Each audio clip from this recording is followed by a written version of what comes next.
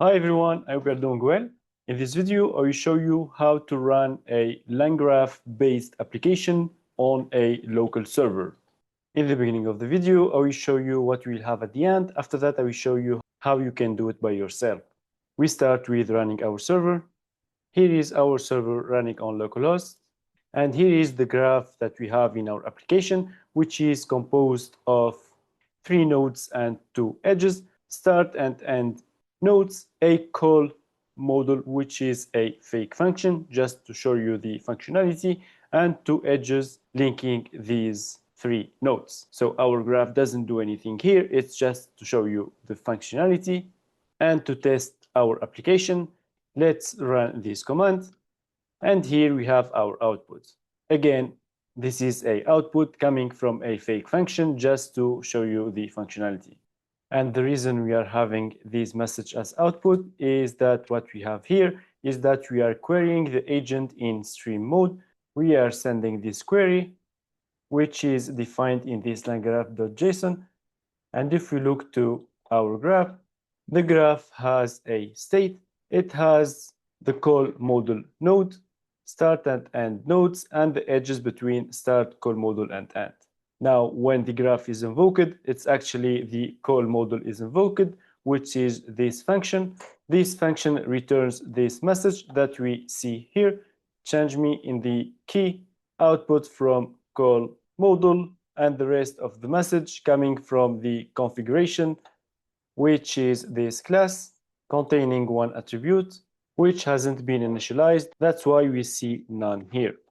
These guys are the main parts of the code, just to show you how to run a langgraph based application locally, but you can change the code to add a real call module function where you call an LLM or an SLM.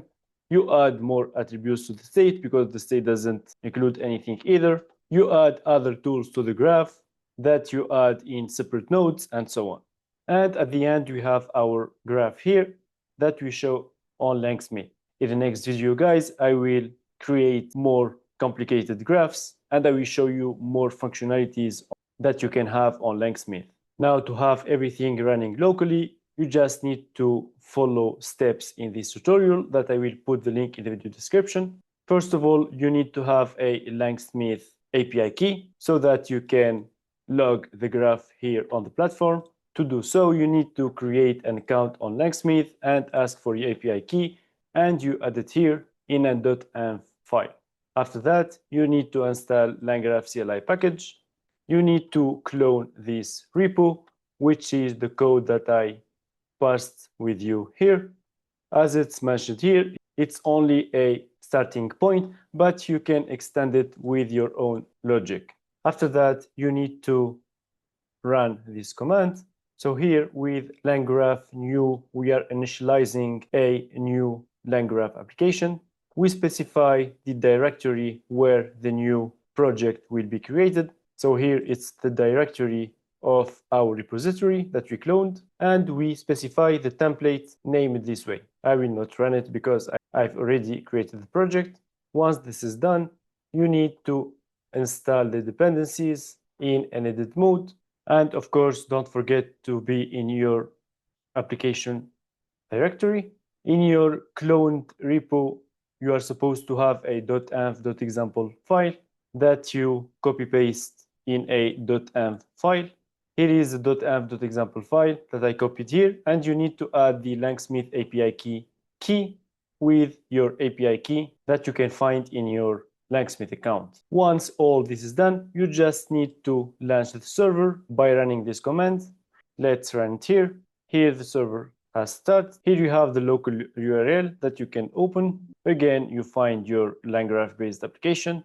And last but not least, to test the API, you need to install the langgraph SDK package, and you run this code that I presented to you in the very beginning of the video. So let's do this together. Here we run our code that I named send message. So it's here. When we run the code, we have the returned message that we defined here.